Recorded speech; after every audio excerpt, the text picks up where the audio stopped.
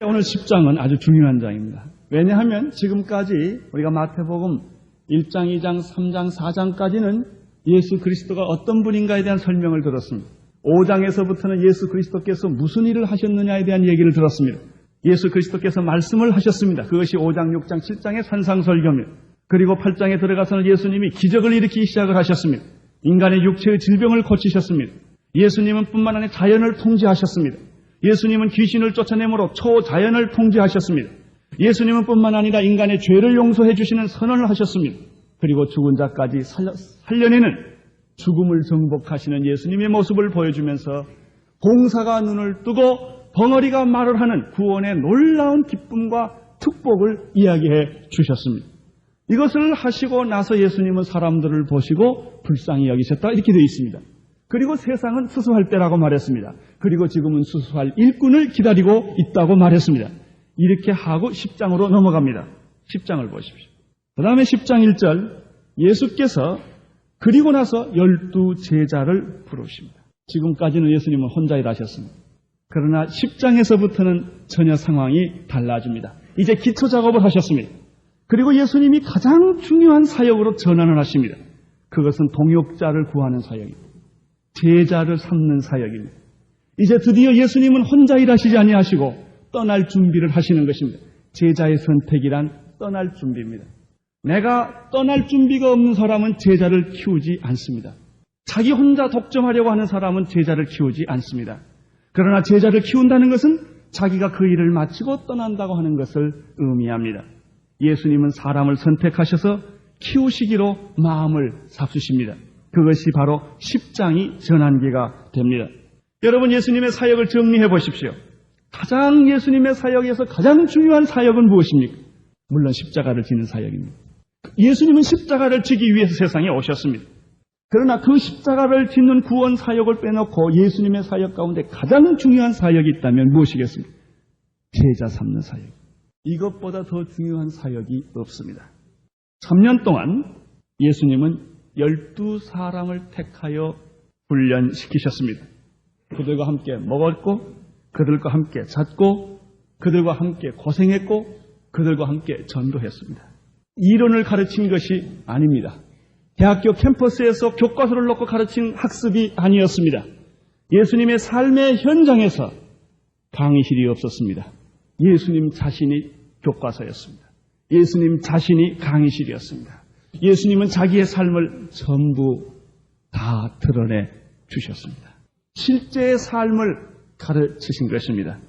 어떤 의미에서 예수님은 소수의 제자 양육을 위해 그의 전생애를 다 쏟으셨다라고 정의할 수 있습니다. 물론 예수님은 수천 명에게 설교하셨습니다. 그 예가 보리떡 5개와 물고기 2마리로 5,000명을 먹이고 12간주리가 남은 사건에서 우리가 이해할 수 있습니다. 남자만 5,000명입니다. 여자와 어린아이까지 합하면 10,000명이 넘었을 것입니다. 예수님은 이런 대중 집회를 하셨습니다. 대중에게 설교를 하셨습니다. 예수님은 산상설교에서 산에 올라가셔서 말씀하셨을 때 수많은 무리들이 예수를 쫓아왔다고 말했습니다. 지금도 예수님의 팔복의 산에 올라가 보면 그 터가 얼마나 넓은지 알 수가 있습니다. 거기에 사람들이 다 운집했었을 것입니다. 예수님은 대중을 상대로 했습니다. 뿐만 아닙니다. 예수님은 개인적으로 여러 계층의 사람들을 1대1로 만나서 구원과 기적을 베풀어 주셨습니다. 예를 들면 수가성 여인을, 남편 탓을 있었던 고독하고 외로운 여인을 예수님은 만나 주셨습니다. 가늠하다 현장에 붙잡힌 비참한 여인을 예수님은 만나서 보호해 주셨습니다. 문둥병자를 고쳐주셨습니다. 소경을 눈뜨게 하셨습니다. 중풍병자도 일으키셨습니다. 손마른 자를 고쳐주셨습니다. 안진뱅이도 고쳐주셨습니다. 12년 동안 혈루증으로 고생하는 한 여인도 예수님은 고쳐주셨습니다. 귀신 들린 자도 예수님은 고쳐주셨습니다. 이렇게 예수님은 개인을 직접 상대해서 그들에게 구원과 기적을 베풀어 주셨습니다. 그런데 예수님은 그 대중과 개인에게 머물지 않으셨습니다. 예수님이 마음을 항상 주었던 대상은 12명이었습니다. 그리고 그 중에 특별히 3사람이었습니다. 어떤 의미에서 일종의 편애를 한 것입니다. 그러나 예수님은 자기의 생애 전체를 그들에게 다 쏟아주고 만 것입니다. 그것이 예수님의 생애 전부입니다. 아무것도 없습니다. 5,000명, 10,000명의 대중 속에 예수님은 계시지 않았습니다. 어떤 의미에서는 병 고치러 오셨던 많은 사람들에게도 있었던 것이 아닙니다. 그분들에게 기적과 구원을 주었습니다. 그러나 예수님의 자신의 생애를 나누어 준 것은 참 죄송합니다만 쪼다 같은 정말 형편없는 제자들에게 쏟아준 겁니다. 그게 예수님의 생애의 전부입니다. 저는 이 본문을 연구하면서 몇 가지 깊은 고민에 빠지게 되었습니다. 이 본문은 지금 1절부터 4절까지는 너무나 중요하기 때문에 앞으로 한 14주 동안 이 1절부터 4절까지 가지고 계속됩니다. 이제 인물 연구가 시작됩니다. 12제자를 한 주에 한 사람씩 할 겁니다. 베드로가 이렇게 쭉 해서 가룟 유다까지 가게 되면 12주를 하게 됩니다. 그리고 그 다음에 한 두서너 주일 또 이 부분을 이야기할 것이 있습니다. 왜냐하면 이만큼 제자 삼는 사역은 예수님의 본질적인 사역이기 때문에 이것은 그냥 스쳐갈 수 없는 부분입니다. 예수님은 제자들에게 자기의 삶을 다 공개해 주셨습니다. 최후 예수님은 이 마태복음 10장 1절에서부터 시작해서 최후의 만찬에 이르기까지 끊임없는 관심을 이 제자들에게 준 것입니다. 십자가에 못 박혀 죽으시고 3일 후에 부활하신 후에도 제자들은 예수를 떠났지만은 예수님은 그 12명을 잊지 않았습니다. 저 같으면 부활하시고 난 다음에 수만 명을 천안문 광장이나 여의도 광장에 다 모아놓고 나다! 이랬을 거예요. 그러면 얼마나 이게 좋겠어요. 선전 효과도 영향력도 이 PR도 잘 되지 않겠습니까? 예수님 그렇게 안 하셨어요. 참 아무리 뒤져봐도 별 볼 일 없는, 앞뒤를 봐도 건질 데가 없는 12명. 이 사람을 데려다 놓고 나다 이렇게 하셨어요. 그리고 그 사람들에게 예수님은 최대의 명령을 주셨어요. 12명을 불러다가 예수님은 위로하고 용기를 주고 의심하는 사람을 어루만져주고, 그리고 예수님은 너희는 가서 모든 족속으로 제자를 삼아 아버지와 아들과 성령의 이름으로 세례를 줘. 그리고 내가 내게 분부한 모든 것을 가르쳐 지키게 하라. 볼지어다 세상 끝날까지 나는 너와 항상 함께 있을 것이다. 바로 예수님은 승천하시기 전에 이렇게 팡파를 울리면서 대멋있는 그런 사회를 하지 않고 사랑하는 소수의 제자들 앞에서 너희가 몇 날이 못돼 성령이 임하는 것을 보게 될 것이다. 성령이 임하면 권능을 받게 될 것이다. 권능을 받으면 너는 예루살렘과 온 유대와 사마리아와 땅끝까지 이르러서 내 증인이 되어달라. 그리고 구름 타고 그분은 올라가셨어요. 이 엄청난 복음을 소수의 3년 동안 정성을 다들여 키운 사람에게 위탁하고 예수님은 떠나신 것입니다. 저의 고민이 여기에 있습니다. 참 제자의 삶이란 삶을 나누어주는 것입니다. 그런데 저는 지금 현재 온누리교회에서 당회장으로서 목회를 하고 있습니다. 과연 나는 여러분을 제자로 양육하고 있는지 제가 이 본문 앞에서 고민하기 시작한 것입니다. 저와 여러분과 관계는 설교 관계 외에는 별로 없습니다. 개인으로 만나기가 어렵습니다. 이건 제자 훈련 아닙니다. 분명히 아닙니다. 여러분의 삶에 내가 들어가야 합니다. 여러분이 나의 삶에 들어와야 합니다. 이게 제자 훈련입니다. 또 저하고 여러분하고 솔직히 그물 긋고 삽니다. 이 이상은 오지 마시오. 출입금지. 더 이상 들어오면 괴로우니까. 저를 계속 깊이 보면 안 되거든요. 그러니까 이렇게 줄을 쳐놓고 거기에 어떤 노는 장소가 따로 있어요. 여기서만 만나는 거예요. 다 서로. 내가 여러분 삶에 깊이 못 들어갑니다. 왜? 들어가면 좀 지저분한 데가 많으니까. 여러분이 나 들어오기를 원치 않습니다. 여러분이 내 생에 들어오기를 원치 않습니다. 우리는 어떤 적당한 관계를 가지면서 거기에서 얘기하고 있는 것입니다. 이것은 제자 훈련이 아닙니다. 여러분 교회가 얼마나 많이 모입니까? 10,000명, 20,000명, 30,000명, 1부, 2부, 3부 집회를 많이 모입니다. 그러나 아무 능력이 없습니다. 왜 그런 줄 아십니까? 제자 훈련이 안 돼 있기 때문에. 예수님께서 하셨던 목회가 아니기 때문에 그렇습니다. 여기에 우리의 고민이 있는 것입니다. 그래서 우리는 끊임없이 집을 짓고 기도원을 만들고 교육관을 만들고 사람을 많이 모일 수 있는 걸 자꾸 만듭니다. 물론 그래서 사람들이 많이 모여서 헌금도 많이 모이게 될 것입니다. 교회는 크다고 말할 것입니다. 영향력도 많이 있다고 말할 것입니다. 그러나 예수님이 원하는 제자 훈련이 되고 있는가? 우리는 이러한 정직한 질문 앞에서 긍정적으로 대답하기가 어렵다는 것입니다. 예수님도 자기 전생애를 걸쳐서 12명 이상을 못 키웠습니다. 과연 내가 이 온누리교회에서 목회를 그만두고 떠날 때 내 마음속에 남아서 사도 바울이 자기의 편지에 이름을 썼듯이 자기 눈에 가지고 다니는 내 피 중에 피요 살 중에 살이라고 말할 수 있는 나의 영적 제자는 몇 명이나 될 것인가? 과연 그런 관계가 되어 있는가? 우리 목사님하고 나하고 그런 관계가 되어 있는가? 우리 장로님들하고 나하고 그런 관계가 되어 있는가? 이런 문제를 저는 이 본문을 통해서 이 예수님과의 제자 훈련 삼는 과정을 통해서 제 자신이 질문하게 된 것입니다. 그렇습니다. 오늘 우리는 이 숙제를 풀어야 합니다. 이것이 풀어야만 우리가 예수 믿는 의미가 있는 것입니다. 그렇지 않다면 10년, 20년 교회에 왔다 갔다 해서 계속해서 우리는 서로 스치고 지나고 말 것입니다. 적당한 선에서 우리는 자기 자신을 포기하지 않는 채 살게 될 것입니다. 그것은 제자 훈련이 아닙니다. 오늘 교회는 사람도 있고 제도도 있고 헌법도 있고 돈도 있고 지식도 있습니다. 그러나 중요한 것을 잊어버리고 있습니다. 그것은 제자 삼는 운동입니다. 제자 양육의 원리와 중요성을 교회는 놓치고 있습니다. 교회는 설교도 있고 가르침도 있고 전도도 있고 봉사도 있고 헌신도 있고 희생도 있습니다. 그러나 제자 양육이 보이지를 않습니다. 1대1의 관계. 이것은 우리 교회에서 어떤 구역에서 이루어질 수 있는 관계들입니다. 정말 신앙을 지식에 있어서 나누는 뿐만 아니라 우리의 삶의 부분에까지도 깊이 나눌 수 있는 그리스도의 공동체인 것입니다. 이것이 있어야만 죄와 싸워 이길 수 있습니다. 이것이 형성되어야만 우리는 이 세상의 엄청난 물질 문명과 싸워 이길 수 있습니다. 그렇지 않다면 아무리 교회가 크고 사람이 많아도 우리는 세상을 이길 수 없습니다. 이것은 예수님의 원리이기 때문입니다. 이런 관계가 형성되는 것이 중요합니다. 지금 교회에 많이 오는 사람 많이 오는 이것 자체가 중요하지 않습니다. 물론 많이 있으면 좋겠죠.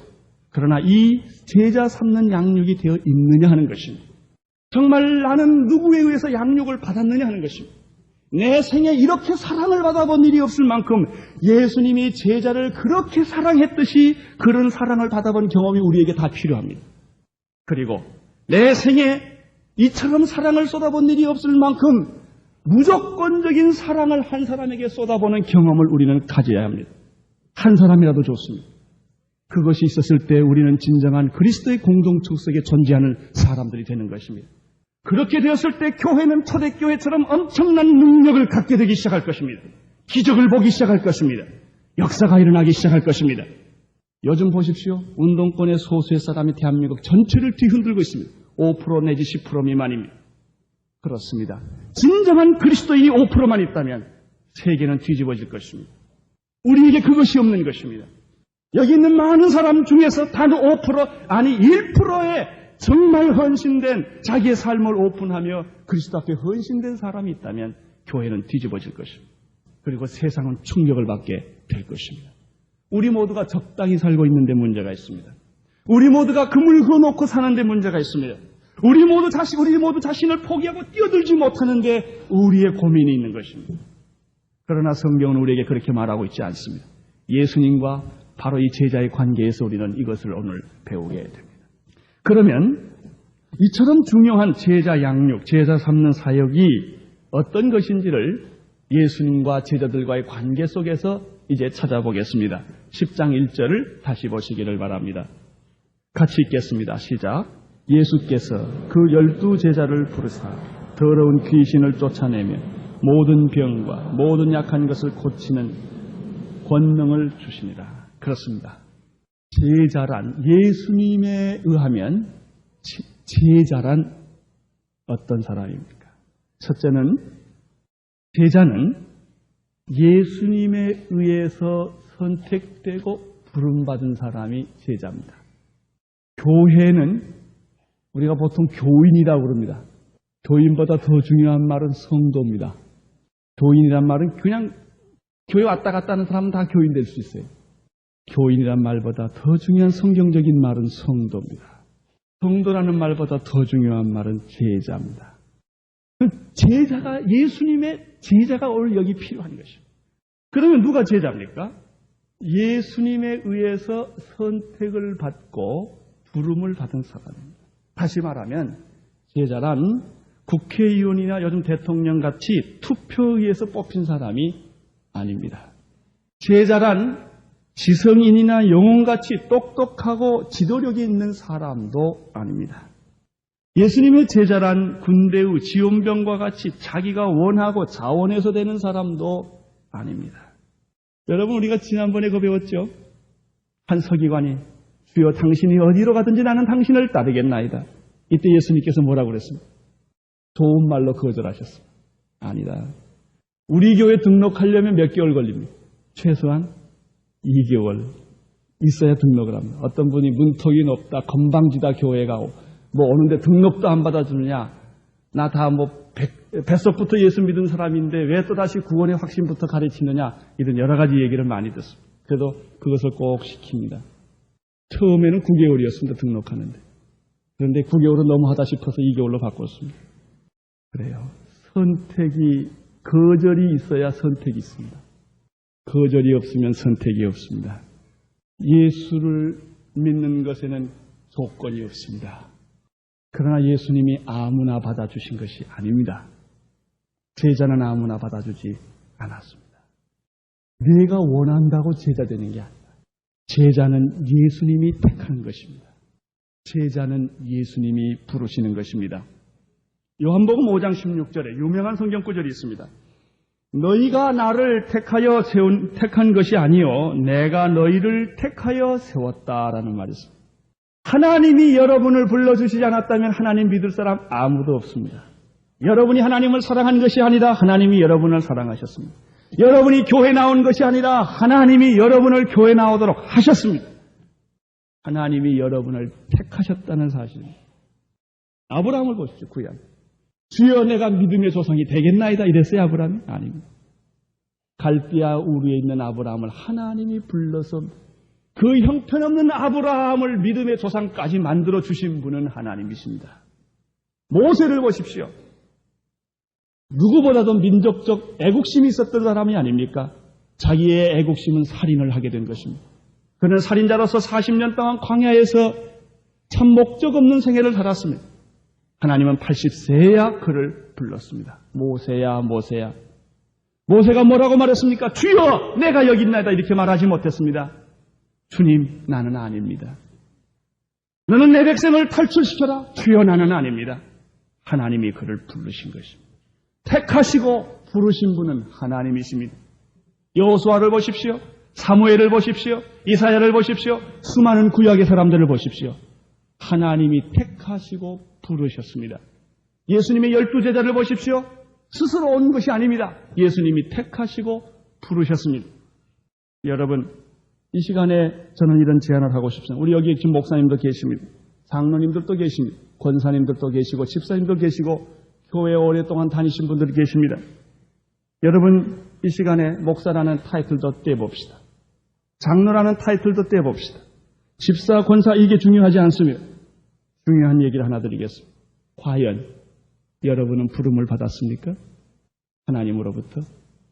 여기에 대해서 대답할 수 있어야 합니다. 왜냐하면 제자의 출발이란 바로 여기서부터 시작하기 때문입니다. 예수님 믿고 하나님의 자녀가 된 것은 내 스스로 한 것이 아니라 하나님의 선택의 뜻이라고 여러분 믿습니까? 두 번째 질문하겠습니다. 온누리교회 여기 오셨습니다. 온누리교회라는 것은 하나의 껍데기입니다. 그거 자체가 중요한 게 아닙니다. 그리스도의 몸이 중요합니다. 온누리교회라고 하는 하나의 형태를 통해서 우리는 그리스도의 몸의 지체가 되었습니다. 그렇게 그리스도의 몸의 지체가 된 것이 바로 교회인데 그것이 하나님의 뜻이요 부름이기 때문에 오셨다고 믿습니까? 세 번째, 여러분은 물질과 시간과 재능을 다 바쳐서 하나님을 위해서 일하고 싶은 마음이 있습니다. 그것이 누구의 부탁에 의해서 한 것입니까? 체면 때문에 한 것입니까? 습관 때문에 한 것입니까? 아니면 성령의 인도함을 받고 한 것입니까? 여기에 대한 대답을 하셔야 합니다. 오늘 성가대가 여기 있습니다. 성가대 왜 오셨습니까?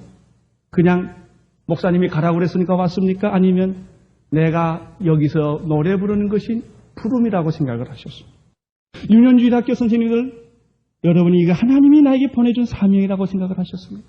선교위원회, 구제위원회, 봉사위원회, 친교위원회, 많은 위원회가 있습니다. 여러분이 거기서 일하고 있는 것이 하나님의 부름이라고 믿습니까? 그렇다면 여러분은 제자가 된 것입니다. 우리가 하나님의 일을 할 때 사람의 부름을 받고 하는 것이 아닙니다. 사람을 위해서 하는 것이 아닙니다. 그래서 부름과 선택을 받은 사람에게는 원망과 불평이 없습니다. 섭섭하는 것이 없습니다. 왜 섭섭합니까? 사람들이 자기를 알아주지 않기 때문입니다. 그것은 상관이 없습니다. 이해를 하건 이해를 못하건 사람들이 알아주건 알아주지 않건 그건 상관이 없습니다. 왜? 내가 하나님으로부터 선택받고 부름받은 사람이기 때문입니다. 그래서 내가 봉사하는 것입니다. 누구한테 대가를 바라고 봉사하는 것이 아닙니다. 하나님이 내게 주신 사명이기 때문에 일을 하는 것입니다. 사람들이 이해 못하면 이해시켜서 하는 것입니다. 화를 내면 화를 받고도 하는 것입니다.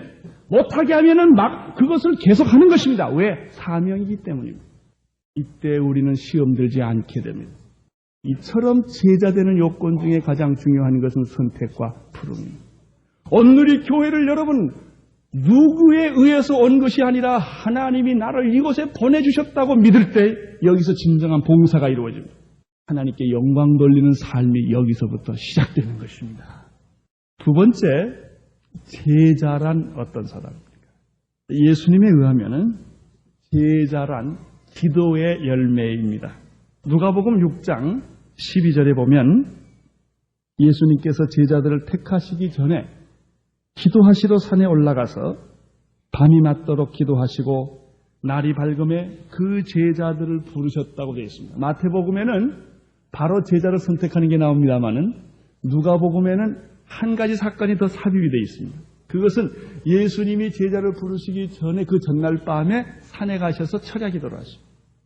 철야 기도를 하시고 그 다음날 내려오셔서 제자를 선택하십니다. 제자란 기도의 열매입니다.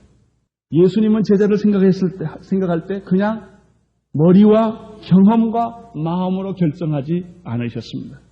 산에 올라가서 그분은 밤이 맞도록 하나님 앞에 간절한 심정으로 기도한 것입니다. 하나님, 세상 사람을 택하지 말게 하시고 하나님의 사람을 택하게 해주십시오. 세상의 기준에 의해서 사람을 택하지 않게 하시고 하나님의 기준에 의해서 사람을 택하게 해주십시오. 여러분, 무엇이 제일 큰 고민입니까? 인간관계입니다. 일은 어렵지 않습니다. 인간관계가 불편하면 그렇게 고통스럽습니다. 직장에서 제일 중요한 게 무엇입니까? 사람입니다. 마찬가지입니다. 하나님 나라에서 제일 중요한 것이 사람입니다. 하나님의 사람, 하나님이 쓰시는 사람, 하나님이 원하는 사람, 이것을 택하는 것이 제자의 사역에 있어서 사활에 걸린 문제입니다. 우리는 보통 같은 직장에 다니기 때문에 사람을 택합니다. 학교 선후배이기 때문에, 한 고향의 사람이기 때문입니다. 그러나 제자 훈련은 그런 것이 아니라 기도의 열매이기 때문이어야 합니다. 예수님은 그분이 하나님이셨지만 제자를 선택하실 때 그는 산에 올라가셔서 밤이 맞도록 기도하셨습니다. 무슨 일이든지 기도하고 한 일은 결과가 비록 잘못되었어도 후회가 없습니다.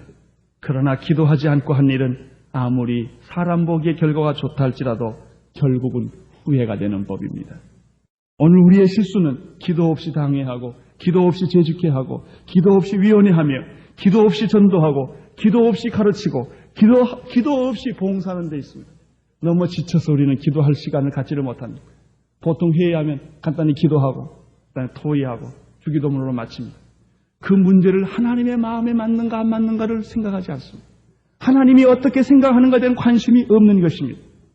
그저 사람들이 어떻게 생각할 것인가, 여론이 어떻게 돌아갈 것인가, 이렇게 결정하면 이런 결론이 어떻게 나올 것인가, 사람들이 어떻게 생각할 것인가에 대해서 우리는 관심이 많은 것입니다. 이것은 하나님이 원하는 방법이 아닙니다. 기도 없는 제자 사역은 근본적으로 공허한 사역이 되어버리고 맙니다. 세 번째, 제자란, 예수님이 택한 제자란 어떤 사람들입니까? 이 세 번째가 아주 중요한 것입니다. 완전한 사람이 아니라 훈련된 사람을 예수님이 택하십니다. 예수님께서 택하신 12명을 아무리 조사해봐도 별 볼 일 없는 사람들이 대중입니다. 대종을 이룹니다. 부자가 별로 없어요. 학력이 높은 사람도 없습니다. 사회적 지위가 있는 것도 아닙니다. 보통 사람들입니다. 어디서나 만날 수 있는 종류의 사람들이었습니다. 그들은 완전하고 흠이 없는 도덕적이고 종교적인 인물도 아니었습니다.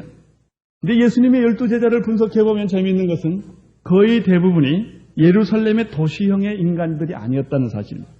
거의 대부분이 갈릴리 촌동네 촌사람들입니다. 쉽게 말하면 촌놈들입니다. 그리고 많이 배운 사람들이 아닙니다. 무슨 능력이 특출한 사람들이거나 IQ가 높다거나 이런 게 별로 없습니다.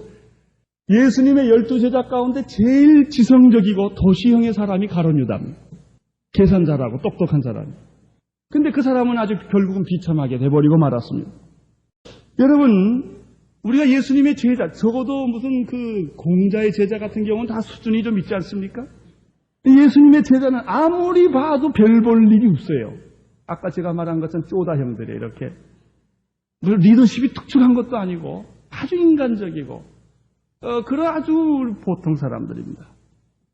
네 가지 면에서 이 사람들은 참 무지했던 사람들입니다. 둔했던 사람들입니다. 첫째는 예수님의 12제자를 거의 대부분이 영적 이해력이 무척 둔한 사람들입니다.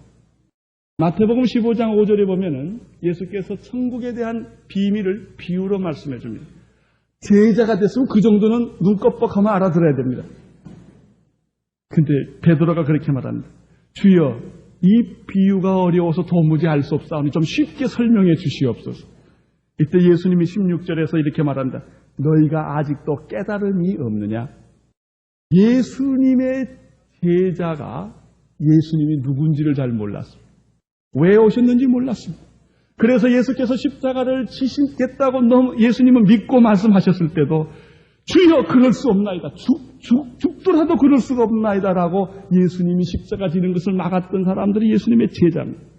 얼마나 영적으로 무지했으면 예수님은 베드로에게 사탄아 물러가라.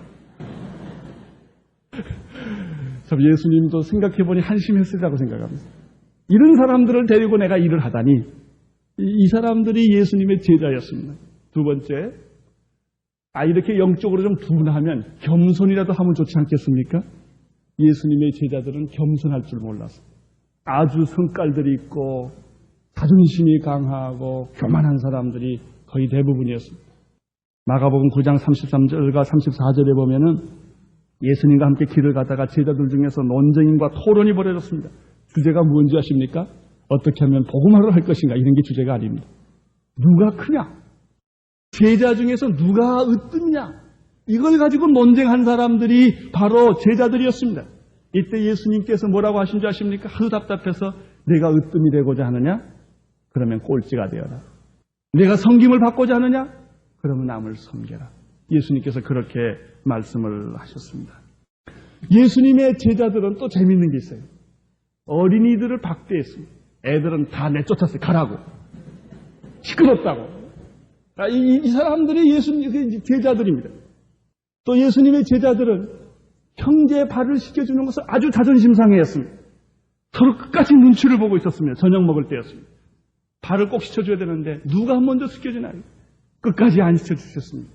할 수 없이 예수님이 수건을 두르시고 예수님이 씻겨주었습니다. 이런 사람들이 예수님의 제자들이었습니다. 세 번째, 예수님의 제자는 한 가지 더 부족한 것이 있었습니다. 믿음이 부족했습니다. 예수님이 무리를 걸어오고 있었습니다. 베드로가 그것을 보고 깜짝 놀랐습니다. 유령인가? 내다. 나니 두려워 말라. 주여, 만일 당신이 주시어든 나도 무리를 걸으라 명하소서. 예수께서 너도 걸어오라. 예수께서 그 말씀하시자마자 베드로는 물 위에 뛰어들었습니다. 베드로가 물 위를 걷기 시작을 했습니다. 그러나 얼마 가지 못해서 베드로는 물에 빠지고 말았습니다. 이때 베드로가 뭐라고 말해서 주여 죽게 되었나이다 하고 구원을 요청했습니다. 이때 예수께서 손을 내미시면서 뭐라고 말씀한지 아십니까?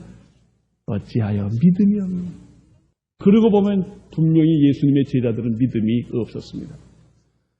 바람과 파도가 치던 때가 있었습니다. 죽게 되었습니다. 물이 들어오고 있었습니다. 이런 위기 앞에 부딪혔을 때 예수님의 제자들은 예수를 깨우기 시작한 것입니다. 우리가 죽게 되었나이다. 이때 예수께서 바람과 바다를 꾸짖기 전에 하신 말씀이 있습니다. 제자들을 꾸짖으시면서 너희들이 어찌하여 믿음이 없느냐 이렇게 말했습니다. 그것뿐만 아닙니다. 십자가에 못 박혀 죽게 됐을 때 예수님의 이 남자들은 다 도망갔어요.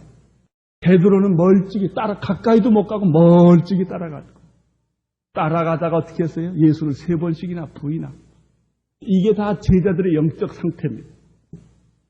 예수님 십자가 끝까지 따라간 사람들은 연약한 여자들이었어요. 여자들이 배짱이 좋습니다.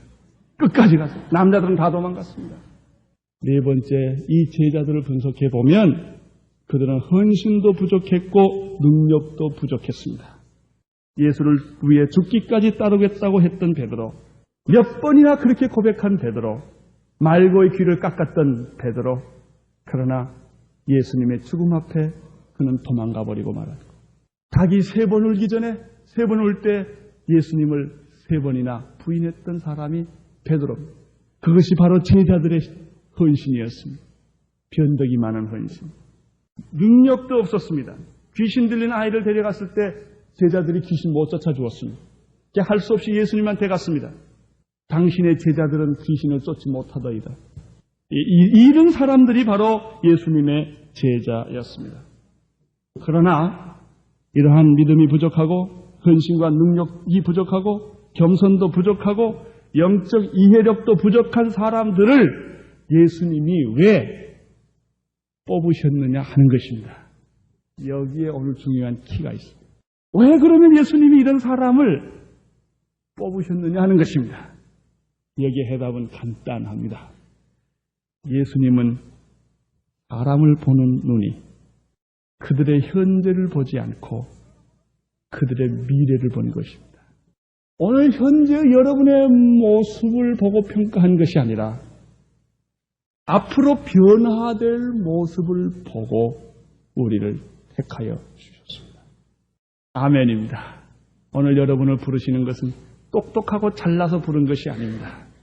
수하고 형편없고 영적으로 둔하고 믿음도 없고 겸손하지 못하고 헌신도 죽을 듯 하는 여러분들인 것을 예수님이 너무나 잘 알지만은 예수님은 눈물과 인내와 교육과 안타까움과 몸부림으로 그들과 함께 살면서 그들을 다시 닦아주시고 고쳐주시고 어루만져 주셔서 예수님이 드디어 원하는 사람까지 예수님이 우리를 만드십니다.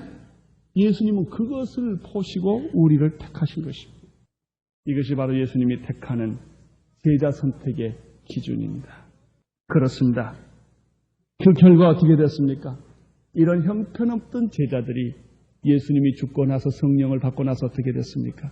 예수님의 제자 가운데 10사람은 순교했습니다. 그들에게 있었던 것은 충성입니다. 진실입니다. 우직함입니다.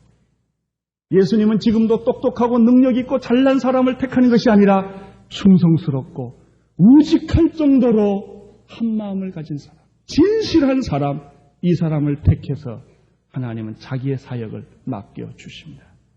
이것이 바로 예수님의 제자들의 모습이었습니다. 마지막으로 제자란 누군가? 보냄을 받기 위해 선택된 사람이 제자입니다. 2절을 보십시오. 12 사도의 이름은 이러하니 이렇게 되어 있습니다. 1절에서는 제자라고 되어 있고 2절에서는 사도라고 되어 있습니다. 사도란 보냄을 받은 사람이란 뜻입니다. 제자란 배우고 그리고 보냄을 받는 사람입니다. 그리스도의 제자란 궁극적으로 머무르기 위해서 존재하는 사람이 아니라 보냄을 받기 위해서 준비된 사람들입니다. 사랑하는 성도 여러분, 여러분들 다 오늘 이 교회에 잘 오셨습니다. 그러나 여러분 여기서 훈련을 받고 성숙해져서 능력을 받으면 여기를 다 떠나셔야 합니다. 그것이 제자입니다. 여기서 천년만년 살면 안 됩니다. 저도 때가 되면 떠나야 하고 여러분도 떠나야 합니다.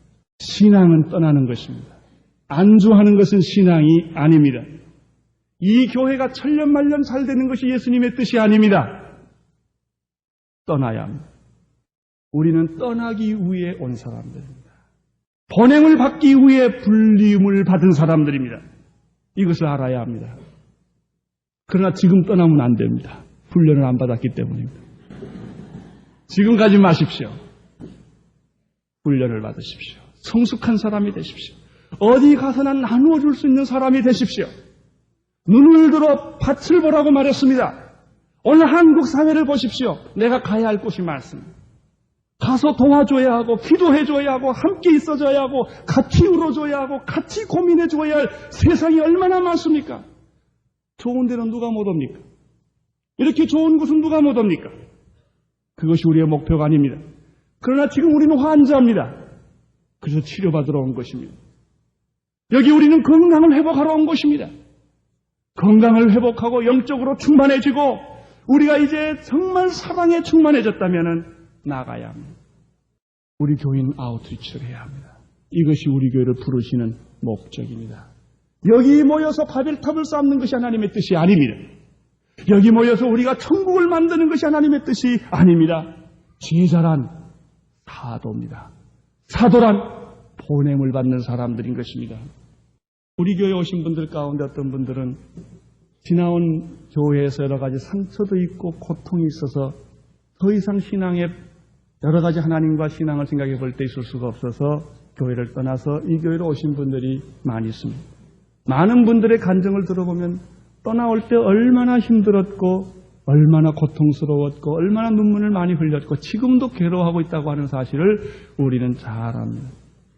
교회란 그렇게 싫어서 떠나는 것이 아니라 신앙이란 너무나 좋은 교회에서 은혜를 많이 받고 치료가 되고 그리고 그 아름다운 교회에서 보냄을 받는 것입니다. 떠나기는 마찬가지입니다. 우리는 모두 떠날 준비를 해야 합니다. 이것이 신앙입니다. 안주하는 것은 신앙이 아닙니다. 천년만년 여기서 하는 것은 신앙이 아닙니다. 여러분 인생이란 세상이란 하나의 여관과 같은 것입니다. 80년 잠깐 살다 우리는 가야 합니다. 여기가 우리의 영원한 자리가 아니듯이 교회도 마찬가지입니다. 제자란 보냄을 받기 위해서 부름받은 사람들. 그래서 형제가 연합하여 동거하며 어찌 그리 아름다운 거라는 말을 했습니다. 우리보다 더 가난한 사람들, 우리보다 더 못 사는 사람들, 우리의 도움이 필요한 사람들, 눈을 들어보면 온 세상에 이런 사람들이 꽉 차 있습니다. 우리는 그들에게 가야 합니다. 한 달에 한 번 정도는 가야 합니다. 이 교회에 오지 마시고 한 달에 한 번은 거기에 가서 그들을 도와줘야 합니다. 이것이 바로 우리의 사명입니다. 우리는 이 지상의 어느 곳에서든지 안주해서는 안 됩니다. 우리는 이 지상의 어느 곳에서든지 거기에서 나의 보호를 받으려고 해서는 안 됩니다. 나의 영원한 고향은 천국일 뿐입니다. 우리가 가야 할 것은 보냄받는 현장입니다. 우리는 대한민국 전국을 가야 합니다. 하나님이 부르시면 세계를 가야 합니다. 선교사는 우리 안에서 나와야 합니다. 여기에서 대학생들이, 청년부들이 여기서 기도하고 헌신하다가 이 안에서 부름받은 사람이 나와야 합니다. 더 세상적으로 잘 살고 좋은 월급과 좋은 환경에 살 수 있지만은 바로 제자란 보냄을 받은 사람이라는 이 사명 때문에 그는 그리스도의 명령을 받들고 떠나는 사람. 그리스도의 제자란 세상에서 도피하여 오는 사람이 아니라 세상을 향해 적극적으로 나가는 사람들입니다. 가정으로, 사회로, 농촌으로, 어촌으로, 세계로 파송되어 나가십시오. 가라 그래서 가라! 가서 모든 족속으로 제자를 삼으라. 기도하겠습니다. 하나님 아버지, 예수님은 12제자를 택하셨습니다. 그들을 부르시고 훈련시켜 주셨고 양육하여 주셨습니다. 3년 동안 예수님은 눈물을 많이 흘리셨습니다. 한 사람 한 사람을 고쳐주셨습니다. 그리고 나서 예수님은 그들을 세상으로 보내주셨습니다. 오늘 이 사역이 우리 교회 안에 자리 잡게 해 주시옵소서. 예수님 이름으로 기도드리옵나이다.